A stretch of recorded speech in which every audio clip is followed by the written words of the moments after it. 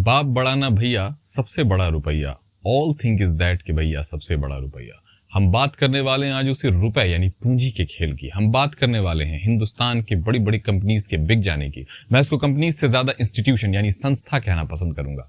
मैं काशिफ पहल करता हूं पहल भारत पर। आज हम बात करने वाले हैं LIC, लाइफ इंश्योरेंस कॉर्पोरेशन, जिसका जो एक तरह से सिंबल है, साइन है, हस्ताक्षर है भारत की आजादी का, भारत के इकोनॉमिक अर्थव्यवस्था के चलने का, लोगों की जिंदगियों की सिक्योरिटी से जुड़ने का, जिसको 1956 में देश के पहले प्रधानमंत्री पंडित जवाहरलाल नेहरू ने 5 करोड़ रुपए के साथ शुरू किया था। और उसके साथ ही तुरंत दूसरे साल की घटना है कि जब वो 56 से लेकर के 61 साल थे, यानी कि जो हमारा फर्स्ट पंचवर्षीय प्रोग्राम था, उसको सेकंड जब वो चल रहा था, उसमें आप समझ सकते हैं कि 18,000 करोड़ का इनकम उसका हुआ था, रेवेन्यू हुई थी, लोगों ने उसमें पैसे लगाए थे। और उन सारे 18,000 करोड़ को हिंदुस्तान की जनता के लिए दूसरे इंफ्रास्ट्रक्चर्स में इस्तेमाल किया गया था। आज उसी LIC को बेच दिया गया है। LIC कुछ टटपुंजिए पूंजीवादियों के हाथ का खिलौना बन गई है, जिसका मकसद कुछ अमीर लोगों को सिर्फ और सिर्फ प्रॉफिट देना है।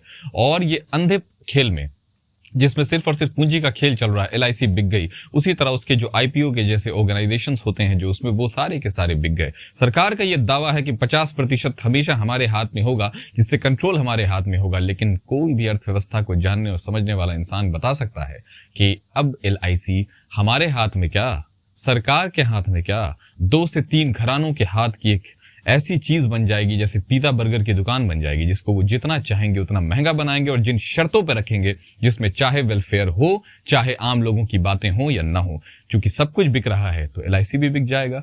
क्या LIC बिक जाएगा तो देश भी बिक जाएगा? आज हम बात करेंगे उसी पर। आइए मैं आपको कुछ और बातें बताता हूं LIC के बारे में। सबसे पहले LIC 1956 में, जैसा कि मैंने आपको बताया, वो शुरू किया गया।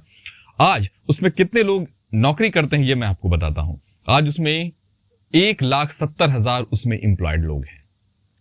उसके बाद 12 लाख के आसपास LIC के एजेंट हैं। इन सब की नौकरी, इन सब का पैसा, जो कि बाकी आप जानते हैं कि इसमें भी बहुत सारी छटनी हो चुकी है। कई लोगों की जो बिल्कुल परमानेंट नौकरी थी, आज वो नौकरी चली गई, क्योंकि सरकार ने इसको अपने कंट्रोल से ले जाकर प्राइवेट हैंड्स में दे दिया है। प्राइवेट हैंड्स का मतलब होता है अब आप फ्री हैं, अंधे और नंगों की तरह पूरी दुनिया को अंधा बनाइए और नंगे बनकर पूंजी कमाइए और पूंजी को जमा कीजिए और सारे एक्सप्लॉइटेशंस को, सारे शोषण को पूरे देश में फैला दीजिए। हम बात कर रहे हैं उसी चीज की। अब मैं आपको कुछ और बातें बताऊं। लगभग 24 करोड़ लोग आज डायरेक्टली LIC से जुड़े हुए हैं। जुड़े हुए से मतलब है कि उनका पैसा उसमें जमा है। लाखों एम्प्लॉयड हैं, जो कि मैंने आपको बता दिया 1,40,000 के आसपास हैं। 17 से 22 का जो अभी 5 ईयर प्लान चल रहा है, उसमें 36 लाख करोड़ अभी, जिसमें आप समझ सकते हैं कि टोटल LIC का की फुल रेवेन्यू है। और उसके बाद मैं आपको बताऊं, पहली बार ऐसा हो रहा है कि NPA 6% से ज्यादा हो गया है। यानी LIC जो मोस्ट एक्टिवेटेड, जो बहुत ज्यादा रनिंग ऑर्गेनाइजेशन होती है, जिसमें पैसे की आवाजाही बहुत तेज होती है, उसमें नॉन परफॉर्मिंग एसेट्स हो जाना यानी NPA हो जाना अपने आप में बहुत ही गमगीन और दुख भर देने वाला मामला है।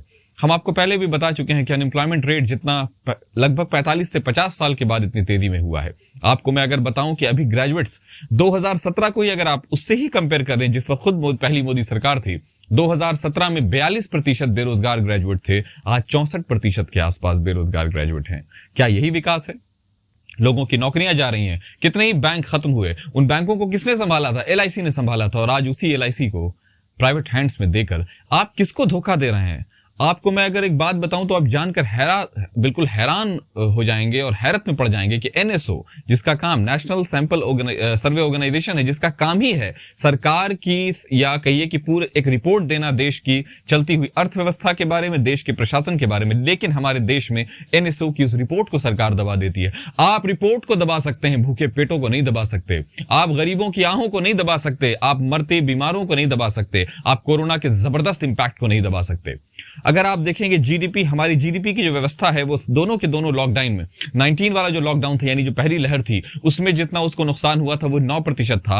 आज वो नुकसान 15% के आसपास पहुंच गया है। आखिर हम कहां जा रहे हैं? क्या करने जा रहे हैं? क्या हमारा देश जो इतनी मुश्किल से, हमने जो इतनी बड़ी अर्थव्यवस्था खड़ी की थी, जो ट्रिलियन की अर्थव्यवस्था है, क्या वो इसलिए खत्म हो जाएगी कि कुछ प्राइवेट हैंड्स और कुछ घरानों को ये सरकार सब कुछ दे देना चाहती है, बेच देना चाहती है? क्या हिंदुस्तान में सिर्फ प्रॉफिट, सिर्फ पूंजी का नंगा नाच होगा? आम लोगों के लिए अब यहां कोई व्यवस्था नहीं होगी। पंडित जवाहरलाल नेहरू ने जब 1956 में नींव डाली थी LIC की, तो ये कहकर डाली थी कि ये इसलिए किया जा रहा है कि ऐसा ना हो जाए कि कहीं आम आदमी की जिंदगी, आम आदमी के थोड़े से मेहनत और पसीने की कमाई पूंजीवादियों की तिजोरी की शान और तिजोरी की शोभा बढ़कर न रह जाए, या उनको शोषित न किया जा सके, या उनका शोषण न किया जा सके, या उनको बर्बाद न किया जा सके, उनके रिसोर्सेज छीन कर कुछ अमीर लोगों के घरानों में न भर दिए जाएं। इसलिए कोशिश की जा रही है। मेरे दोस्तों, आपसे गुजारिश है, इस सरकार की उन सारी चीजों को समझिए। इस सरकार की क्या, जो भी सरकार शोषण करती है, खासकर इकोनॉमिक स्तर पर, हमें वो जानना होगा। क्या वो सारी की सारी कंपनीज जो आज अपने आप को बैंकरप्ट घोषित कर रही है, क्या वो सच में बैंकरप्ट हो गई हैं, या वो सरकार के उस जो एक खास किस्म का फेवर है कि तुम एक बार बैंकरप्ट घोषित करो, तुम अपने सारे कर्जों को माफ कराओ और उसके बाद तुम फ्री हो जाओ और उसके बाद फिर तुम नया कुछ अपना शुरू करो, ये कहकर ये तो बिल्कुल नई बुनियाद के साथ, नई फाउंडेशन के साथ शुरू हो रहा है। क्या आप अर्थव्यवस्था को धोखा दे रहे हैं? क्या आप लोगों को, हिंदुस्तानियों को आपको वोट देने की सजा दे रहे हैं? ऐसा नहीं होना चाहिए। आपको ऐसा नहीं करने दिया जाएगा। ये एक जागरूक देश है, एक जागरूक समाज है, एक लोकतांत्रिक देश है, लोकतांत्रिक संस्कृति वाला देश है। आप इसको एक्सप्लॉइट कर रहे हैं, यहाँ के लोगों को ठग रहे हैं, आम मजदूरों, किसानों को बर्बाद कर रहे हैं। नौकरी पेशा middle class, upper middle class और हाई लोअर मिडिल क्लास, इन सब की नौकरियां जा रही हैं। आज कौन सा बैंक आपको याद होगा? यस बैंक आपको याद होगा, पंजाब नेशनल बैंक, उसके अलावा भी दूसरे जो आईडीबीआई बैंक्स, ये सब के सब जब कंगाल हो रहे थे तो इनको संभाला एलआईसी ने था। आज एलआईसी को सरकार नहीं संभाल पा रही है। सरकार कह रही है कि हम अपने हाथ से सब कुछ दे रहे हैं। आपको याद होगा, अभी जो कुछ दिन पहले हमने मोनेटाइजेशन में वीडियो बनाया था, हमने वही कहा था, जब कोई चीज सरकार से नहीं संभल रही है तो सरकार उसको प्राइवेट हैंड्स में देकर टैक्स वसूल कर रही है। ये क्या है? हमें ये कोशिश करनी होगी, हमें समझना होगा।